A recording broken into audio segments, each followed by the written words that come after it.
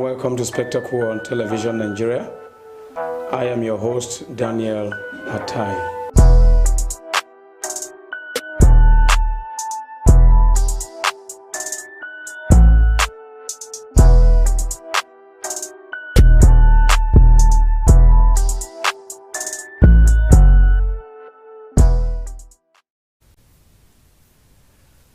Vice President Osibanjo writes IGP over MAGU fund.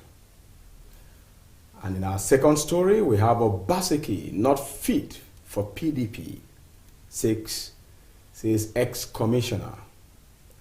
And our last story will be Ondo Deputy Governor writes Chief Judge over impeachment trade. Welcome to Spectacle. I am Daniel Atai. We take a short break, after which I shall introduce to you the body of the stories with my guest in the studio doing justice to each one of them. Please stay tuned.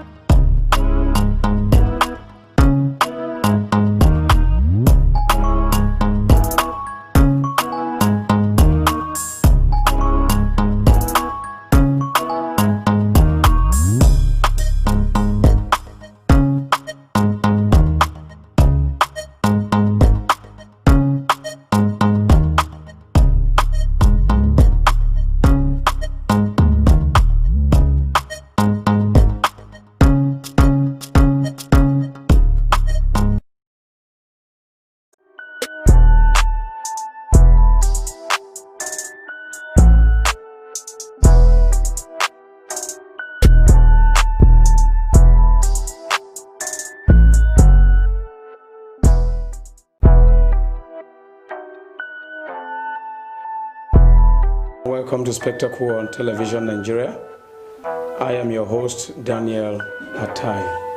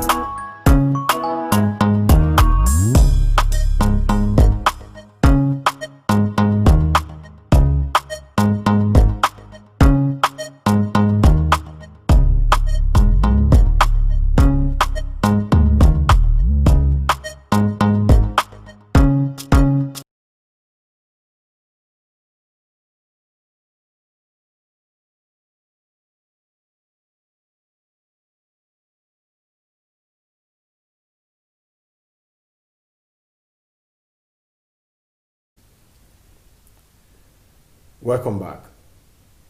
Comrade Obinna Okafor is on Spectacle today. He is the president of the Taxpayers Association of Nigeria. Welcome to Spectacle, sir. God bless you. Good day, Nigerians. Thank you very much. Now, the first story. Vice President Osibanjo writes Inspector General of Police wants false allegations linking him to MAGU funds investigated. Osibanjo, who has petitioned the Inspector General of Police, Mohammed Adamu, over allegations linking him to funds allegedly stolen by the acting chairman of the Economic and Financial Crimes Commission, EFCC, Ibrahim Magu, let's say X, a former director of strategy and communications under President Goodluck Jonathan administration, Jackson Ude, on Wednesday alleged that Mr. Magu embezzled over 39 billion naira and gave Mr. Osibanjo 4 billion naira for soft landing. The report claimed that unnamed sources within the panel investigating the suspended EFCC boss exposed the vice president's involvement in the scandal. In an earlier statement, Mr. Osibanjo's spokesperson, Laulu Akande, described the claims as false and baseless fabrications. Mr. Osibanjo, in a letter to the IGP through his lawyers, Taiwo Osipitan, on Wednesday said the report was untrue and defamatory. He also copied the Attorney General of the Federation, Abubakar Malami, in the letter. And he said, on the 8th of July 2020, as read, Mr. Ude wrote and published on his website, www.pointblanknews.com, materials or stories which are criminally defamatory of our client. We have the instructions of our client that the said publications are injuriously false in every respect, the lawyer partly said. Mr. Osibanjo also frowned at Mr. Ude's Twitter publication, where he again accused the vice president of corruption. The tweet was said to have been shared on several social media platforms to make the vice president appear like a dishonest and disloyal public officer and consequently unfit for the position of the vice president of the Federal Republic of Nigeria, which he is occupying, the official said. The lawyer asked the IGP to investigate the allegations, and if the purveyor was found guilty, the police should initiate criminal proceedings against Mr. Ude and his platform to restrain them from future false publications. Before now, there have been different unproven reports against Mr. Osibanjo in the media. We're bringing you that report because this is an administration that actually frown at corruption, and the pedigree of Mr. Vice President is at stake. And I think, comrade, he is, of course, supposed to take legal action against this defamatory falsehood, according to him. What is your opinion? What is happening? Oftentimes we see Osibanjo being blackmailed, being linked to one fraud or the other. At one time, they accused Mr. President of trader money, usurping or using trader money. And again, they are now linking him to some insubordination of recent after some fracas or a kind of misunderstanding event that unfolded at the villa. And now we're having the issue of MAGU, linking him and MAGU, alleging that MAGU gave him 4 billion out of the looted funds recovered in order to silence him. What is your take on all this issue rocking Mr. Vice President? Thank you very much. This is a very weighty allegation against the Vice President of Federal Republic of Nigeria. It is quite very weighty, it's injurious to his personality. Exactly. And as it is only when it is proven that anybody can come out openly and say he is corrupt. Two things are there: is either it is true or it's not true. Lately, Nigerians have really we've been observing that there's one allegation or the other on the Vice President of the Federal Republic of Nigeria. So it is very important that the Vice President observes every activity that has to do with his office, so that he can be able to either be seen clean or not. Yes, some people are out to destroy some persons in the system. Okay. all in the name of politics because of some inordinate ambitions for so many reasons. We know such things are playing out. And lately, we know some mighty men are falling. Yeah. So as it is, we know more heads roll. So we don't know where it's tilting to. But the truth of the matter is that, as a matter of fact, it will be very defamatory for anybody to cook something against people that are occupying public office. Okay. We cannot sit down here and say it is true or not, but we strongly, our position as taxpayers, we think it is very important that this allegation is duly investigated.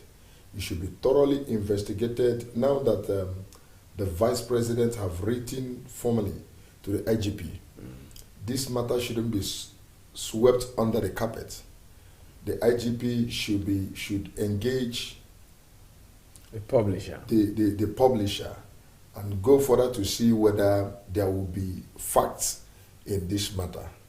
And I think this government have prided herself as anti-corruption government, and unfortunately, it is one government that have issues in some persons in government trying to flex muscles in one way or the other, just like what we see that happened between the EFCC former acting chairman and the Office of Attorney General.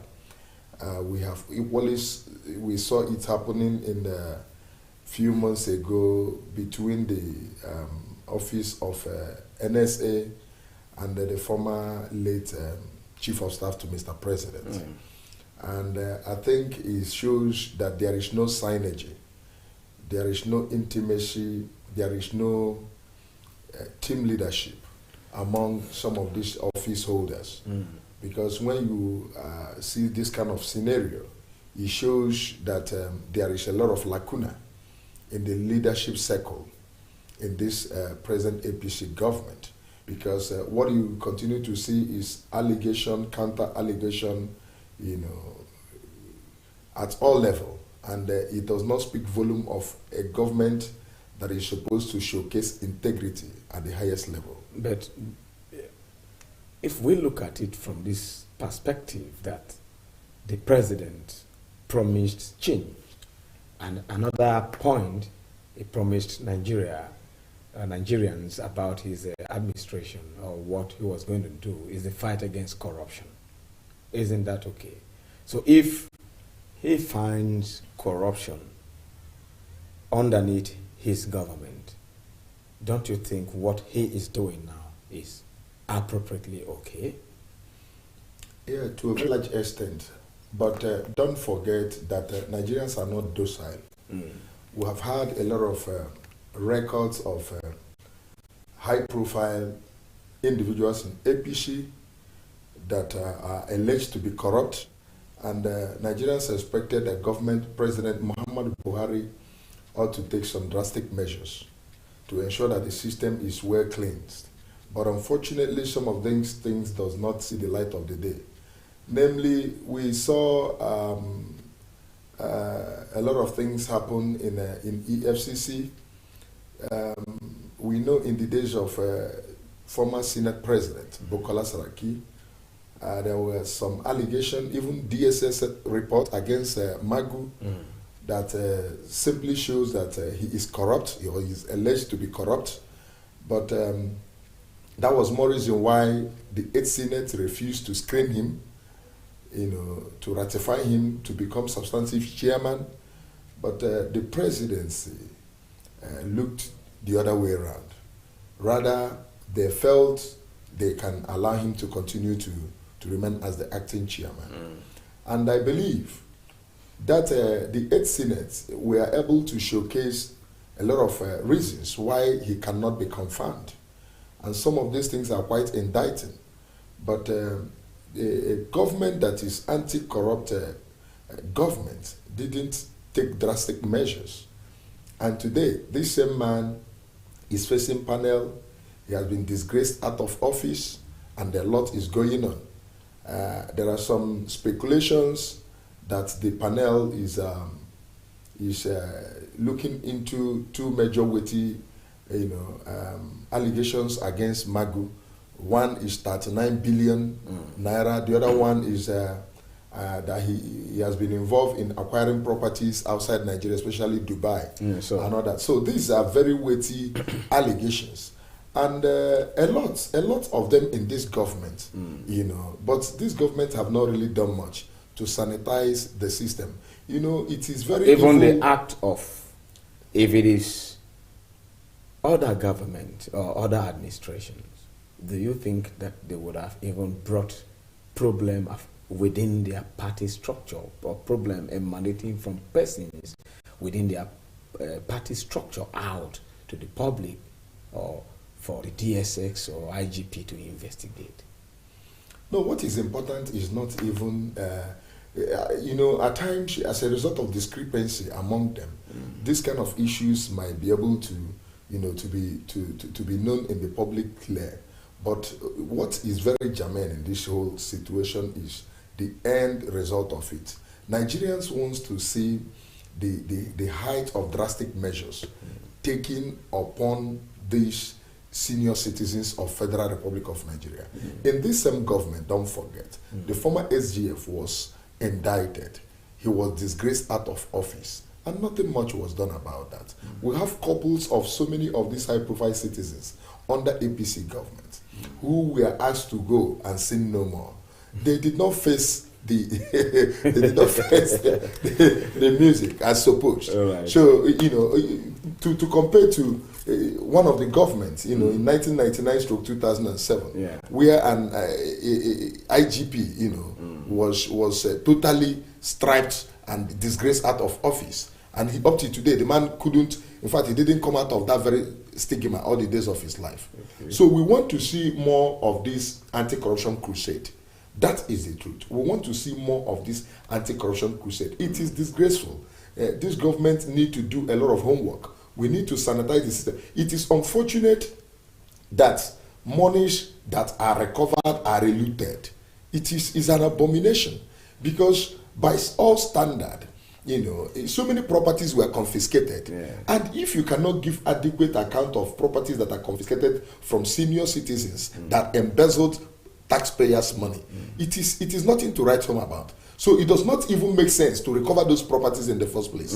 If you cannot give adequate account of funds that are recovered, even cars, at times when EFCC might not even be able to give proper inventory records of vehicles that are confiscated from high-profile Nigerians. Well, you understand? So we need what we are looking at now is the allegation by the former communication and strategic director under President Jonathan, accusing the vice president to have collected 4 billion naira. Is that kind of publication a right source, for instance, for such information to be out? Yeah, I cannot tell you that I will lend credence to the source of that information. I cannot lend credence to that source of information. But don't forget, such kind of information can be true. Okay. Some months ago, the former former deputy public secretary of APC, Comrade Timmy Frank, once accused the vice president of corruption, which was leveled against him, actually. And we are seeing this. And so many things are going on in the media against the vice president. So it's neither here nor there. It is only when it is proven beyond every reasonable doubt. But me looking at the stature of the vice president, what he represents as a man that people see as a man of dignity, value, such a thing is not supposed to be seen around him. So until it is the people who deliberately wants to cause mischief. Of course. And blackmail. Of course. Some people enjoy destructive politics. Okay. But this one, for me, is destructive politics. Okay. It's possible it's destructive politics. It's possible in one way or the other he is involved. Okay. So until when IGP and the team, unravels the truth of the matter, yes, Nigerians will be able to know the right direction in this matter. All right, thank you very much. We go into the second story that says that Obaseke is not fit to be PDP candidate in Edo State, and that was coming from a commissioner, former commissioner under former commissioner under Adams Oshomole, I guess, in Edo State. There we'll get the background report, and then you have a look at it and you understand vividly what that story is actually saying. Please take a look. A former commissioner for information and orientation in Edo State, Prince Kasim Afegwa, said on Sunday that the choice of Governor Godwin Obaseki as the People's Democratic Party's governorship candidate was a bad omen. He said it was wrong for PDP to concede the governorship ticket to Obaseki because he controlled state funds to finance the campaign. Afegwa queried PDP for allegedly grabbing Obaseki's trousers by the pockets. He said his position known in a statement in Abuja against the backdrop of plots to suspend him at his ward. Afegwa said in good conscience he cannot tolerate the candidature of Obaseki, who demarketed PDP in 2016. He said, "My current position is informed by a number of factors. First, it is wrong for a party to surreptitiously surrender its apparatus, privileges, structures, and ideological stratosphere to a new entrant, as though there are no persons in the party. Within 24 hours, scheduled primary elections were postponed and all processes leading to the scheduled event were disrupted. If the urge was dictated by altruistic intention to feature Godwin Obaseki on account of strong and result-driven leadership or performance, one could have understood. But anywhere I turned, the motivation was that Obaseki has state funds to fund the campaigns. Should that be a selling point if truly we are a serious-minded opposition?" Only 3 months ago, the state chapter of the PDP lambasted Governor Obaseki's lackadaisical leadership in the state and scored him F9 in all the critical sectors of the Edo economy: health, education, human capital, development, infrastructure, and economy.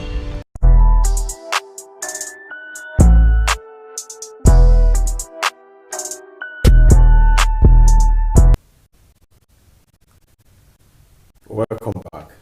And that report is talking about the integrity and perhaps ideological politics coming out from our party politics. Whether PDP is featuring Obaseki because of the power of an incumbent having enough fund to kind of migrate from one party to the other, and within 24 hours power was given to him as the incumbent governor to flag and fly the ticket of the PDP. This commissioner is actually alleging or accusing PDP that they are not party with ideology, as well that Obaseki is not fit to fly their ticket on a very normal and legal ground. What would you say? Could you say into this? Yeah, I think I can subscribe to the point he leveled. It is very wrong, and I think in a sane society such things does not happen. Okay. Don't forget, some persons have been nurturing PDP, have been oiling PDP, have been lubricating PDP all this while. Yes. And PDP have been in the opposition in Edo State. Yeah. So for these people to have gone very far in preparing themselves for election, and all of a sudden somebody just appeared from the sky and was able to, the whole thing. was able to to grab the PDP gubernatorial candidate ticket. Yes. You know, overnight. It's nothing to write home about. Okay. You know, our democratic process need to be overhauled, Okay. and a lot need to be done about it. And you know, politics is a game of who gets what. So I think we have not really gotten there yet, but in due time, there will be more political maturity. Okay. There will be more political maturity. And what it really entails is that Nigerians must do away with money politics. Okay. Because yes, I must strongly believe that Obaseke was able to anchor the PDP gubernatorial ticket because of what he represents as a sitting governor. At least he has the political structure and the wherewithal, you know, to stand in for that election. But be it as it may, the $1 million question is, what is the feeling of the Edolites? Has he met their expectation? Has he been able to deliver based on dividends of democracy? That is the $1 million question. If he has not performed, I don't think, even if he wants to, you know, jump from party A to party B to from B to C to D, it cannot bring any change. But is there ideology, a political ideology in that, especially when somebody hasn't been with you as a party in your party for over 4 years, and you people have remained building the structure of the party? Is party now a kind of business ground, or trading gubernatorial ticket a business ground for political parties? Because it is not only in Edo State that this is happening. PDP has done it also in Benue State, where you see Governor Samuel Otom migrated within some few days, let's say 3 or 4 days, and was given the ticket of the APC, of the PDP, from APC to PDP, and he won the election. Now the same thing is at playing in Edo State. Party, has it become business to trade gubernatorial ticket as if there were no persons in your party that actually built that party to the level of contesting a gubernatorial seat? I think that is one big challenge we have in the political party system in Nigeria. Okay. Don't forget, that is the more reason why most people will always tell you that our problem is from the recruitment process. Okay. Political parties do not, they don't consider what they preach. They will always try to market. That is, they don't follow their party manifesto. Yes. Yeah, their party manifesto. Okay. They don't follow it because many of them will say a particular thing and do differently. Today, this is part of the reason why the best brain, the persons that are supposed to be in governance circle cannot be found there, because maybe they don't have the kind of financial autonomy to muzzle everything out in the political party system, especially the two prominent political parties in Nigeria, the PDP and APC. Don't forget, in the last election, APC sold some of their nomination forms, some of them to the tune of 20-something million, 30-something million. Yes. So you now begin to ask yourself, it was one of the highest in this period. PDP, yes, they used to sell their nomination form within the range of 5, 7, 10 million naira and whatnot. But APC sold their nomination form to a particular price that a lot of persons felt it has gotten to the roof. So it's looking at the whole scenario, it has succeeded in closing a lot of persons that would have loved to contest in that election. Okay. So now, what are we saying? It has given room, it has encouraged, it has breeded money politics. Yes. Today, what we saw in Edo is a clear picture of what money can do in politics of Nigeria. Some persons labored for PDP. Some persons have invested so much of their time and funds. Perhaps the governor will have to settle their stress too. Absolutely. So it will become their personal interest, so that is to and not the party's manifesto. No, definitely. It will not be. PDP in Edo wouldn't have been in absolute tranquility had it been the governor did not carry everybody along. And when you say carry along in political party, you know what it is.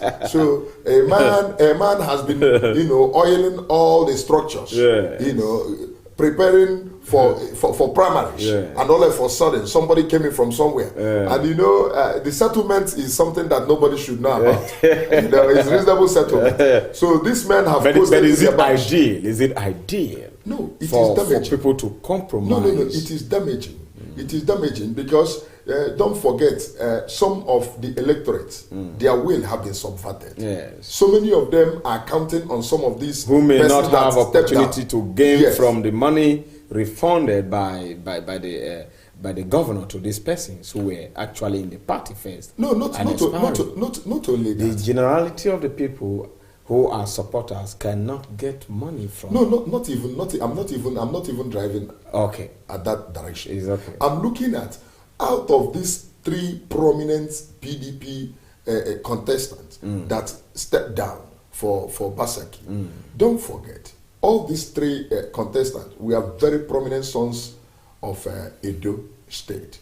And among these 3, there's every propensity or tendency that at least one of them is more sellable. You understand what I mean? And the followers are there. They so much believe in their candidacy. And all of a sudden, you are now calling your followers to tell them, please, don't follow me again. Please transfer that your loyalty to another person. And it is a very bad way of politics. So that is my own concern. Because when you have built this credit, in fact, one thing I understand about politics in this part of the world is that most people don't look at credibility. Most people don't look at integrity. Okay. There's no morality in politics. That is what we are beginning to see in this part of the world. But we believe that in due time, the political parties need to, up the ante. They need to do something about that. Okay. They need to step up a little bit because the standard is too low. It's too low. That is more reason why people just jump ship from time to time. And it shouldn't be so. Okay. All right. Thank you very much for that wonderful analysis, Comrade Okafor. Perhaps we're teaching us on spectacle today that political parties ought to have their manifestos being followed. Follow your manifestos very well. Keep the integrity of the party. Perhaps in the long run, we may have 2-party systems in Nigeria. We don't know yet, because we have discovered that forming more political parties is like forming more business channels for people who plays politics. We'll go to the 3rd story, which is the story about the impeachment move by the Ondo State House of Assembly against the deputy governor who already has decamped to the PDP in search of gubernatorial ticket. We will have that story, and we have the background report for you to watch with pleasure. Uphold the integrity of your office, Ajayi tells Ondo CG. The embattled Deputy Governor of Ondo State, Agboola Ajayi, has written to the Ondo State Chief Judge, Mrs. Oleriwanju Akeredolu, over his purported impeachment process at the House of Assembly, urging her to uphold the integrity of her office. The letter, which was addressed to the Chief Judge and signed by the media advisor to the Deputy Governor, Allen Sowore, said the letter became necessary because of the role the Chief Judge may have to play in the removal of Agboola as the Deputy Governor. He said in the letter, the founding value of our Constitution is the enshrinement of the supremacy of the Constitution and the rule of law. This creates an ideal legal world which your good office has a task of translating into reality as envisaged by the Constitution of the Federal Republic of Nigeria as amended in 1999. In a nutshell, calling of your office is to uphold the integrity and supremacy of the Constitution. By your Lordship, you have a name and integrity to protect. The cerebral Chinua Achebe once said that one of the truest tests of integrity is each blunt refusal to be compromised. Ajayi said, if there is any time the good people of Ondo State need your integrity, it is now. And the reason is not far-fetched, as the governor has succeeded in compromising his party's leadership in the state, the legislature as well. However, we, the people of Ondo State, still hold this belief that the judiciary is the last hope of the common man. Your Lordship, the point here is that the impeachment process initiated by the 40 members of the 9th session of the Ondo State House of Assembly on the 7th July 2020 is dead on arrival. This is because simultaneously 9 members of the same assembly jointly signed a resolution dissociating themselves from the whole process. The implication of the action of the 9 parliamentarians is that the planned impeachment of the deputy governor cannot proceed beyond the signed notice of impeachment. Referring the CJ to the Constitution, Ajayi said, for clarity, Section 188, subsection 4 of the 1999 Constitution of the Federal Republic of Nigeria, which put a stop at the process, is produced below. A motion of the House of Assembly that the allegation is investigated shall not be declared as having been passed unless it is supported by the votes of not less than 2/3 majority of the all members of the House of Assembly. The pertinent question therefore is, what is a vote of not less than 2/3 majority of all the members of the House of Assembly? 2/3 majority of 26 is 18. When 9 is subtracted from the 26, the result is 17.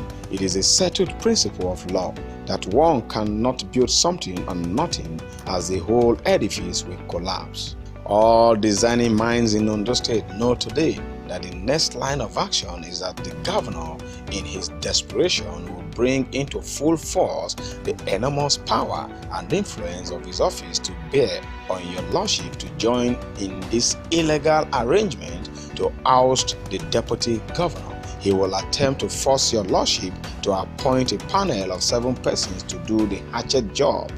He, however, appealed to the CJ and said, your Lordship, please do not compromise, so that history will be kind to you.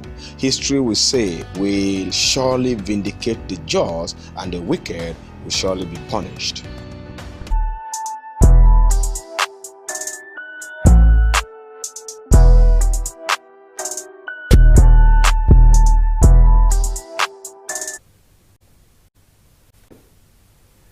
All right, welcome back.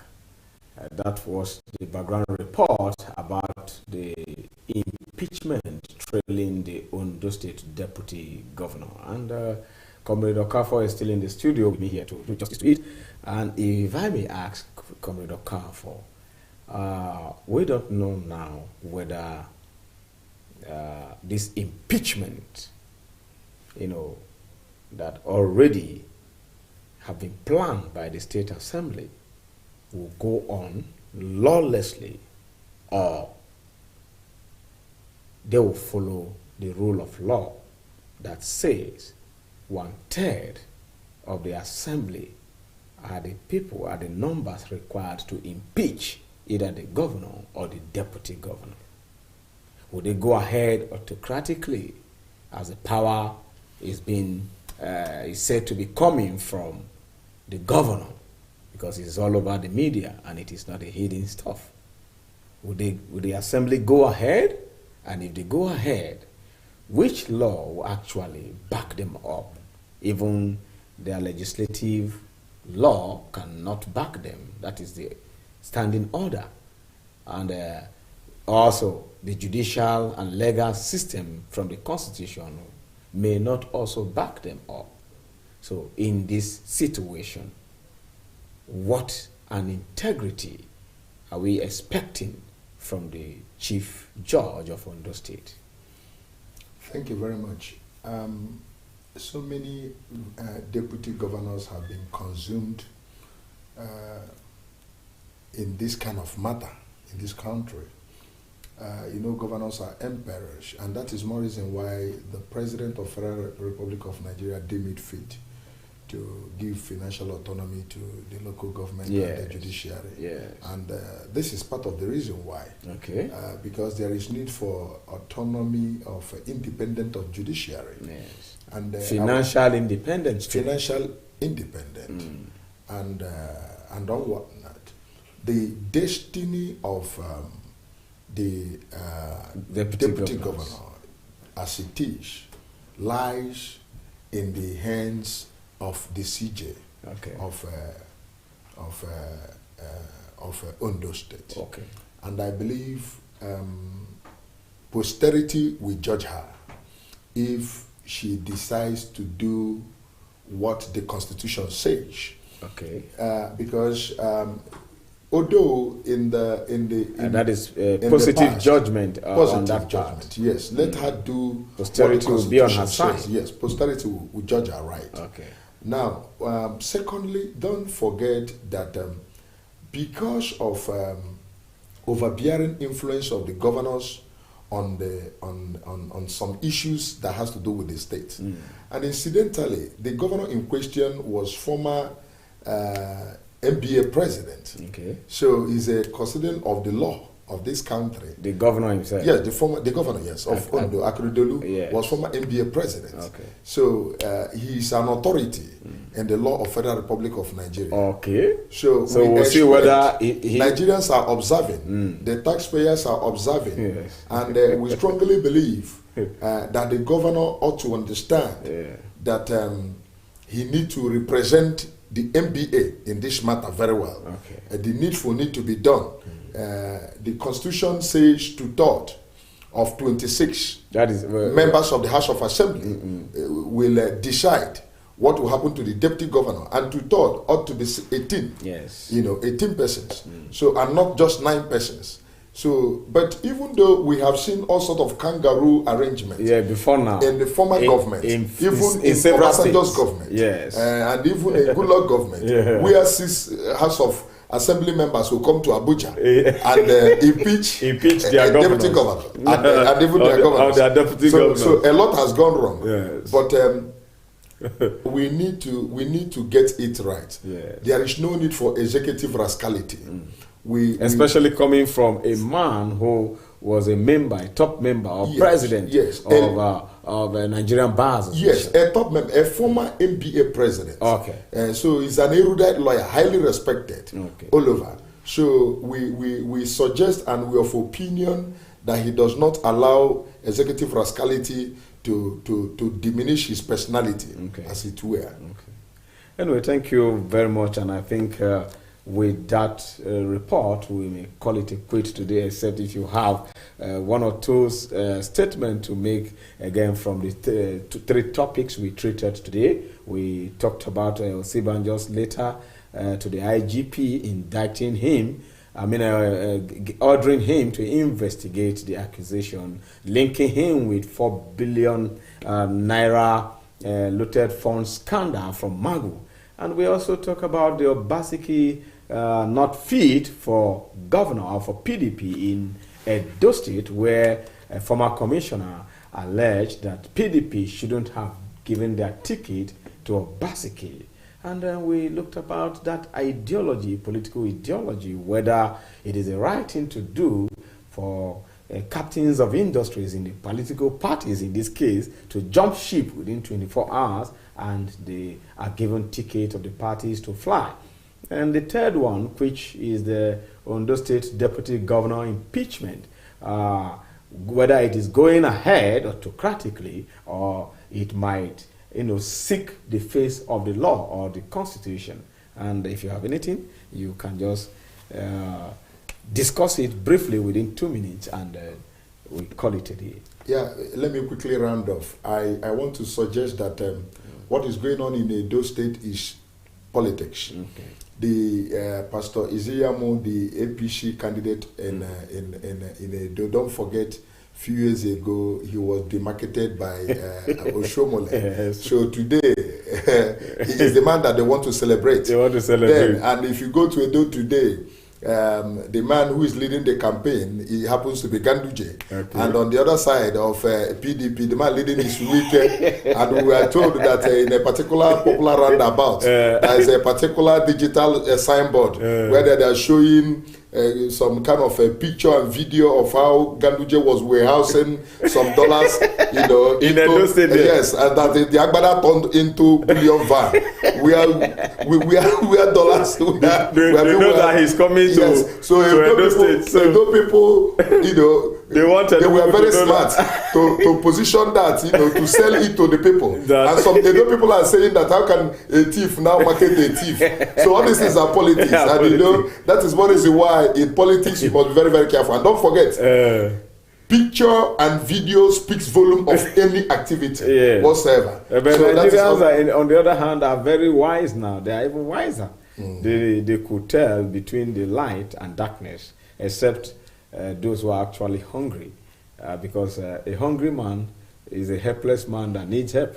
So perhaps is that where that's the only area you want to speak about? And finally, on the final note, I want to say, Edo people, you must manage this opportunity very well. 5,000-10,000 naira stipends during the electioneering period cannot fix those roads. Exactly. They cannot give us those infrastructure. They cannot give you quality leadership. You have to sit down inward and look at the best candidates that can offer you better governance. That is all I can tell Edo people. This is not time for money politics. It shouldn't be encouraged. Money politics has damaged the society. So we must look for the best candidates. The political parties are showing an example of how to sell vote. So, because or how to sell your ticket, if you can give your ticket under 24 hours to an incumbent governor who was in another party, is he not selling of vote? He's selling a vote, of course. It is, but the truth is that power belongs to the people. What is the percentage of the political party members in Edo? So the citizens of Edo State will vote. They will come out in mass and vote for the candidate of their choice. So they must discard all sort of money manipulation. They must vote their conscience. So that posterity will judge them right. Thank you very much. Thank you, Mr. Okafor Obinna, the President of the Taxpayers Association of Nigeria, TAPAN. He is on spectacle right now, and he has been speaking on the topics we just served you with. So this is where we will stop, and do well to follow us tomorrow again on Television Nigerian, and follow us on our social media platforms even after now. We are everywhere. And don't forget, Spectacle is open for sponsorship. We can sell your profile and tell people about your antecedents and so on and so forth. Whatever you want us to do for you, the numbers on the screen for you to call. Thanks for watching, and I have been Daniel Atai.